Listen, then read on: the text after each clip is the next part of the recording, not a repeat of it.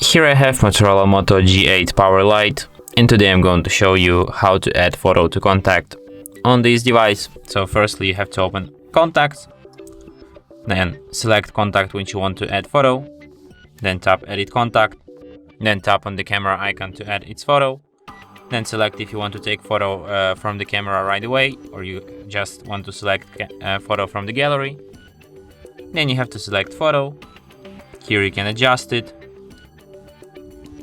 how it will look, and then tap done, and then save, and after that image will be added. And that's it. Thanks for watching. If you find this tutorial useful, don't forget to hit that like button and subscribe to our channel.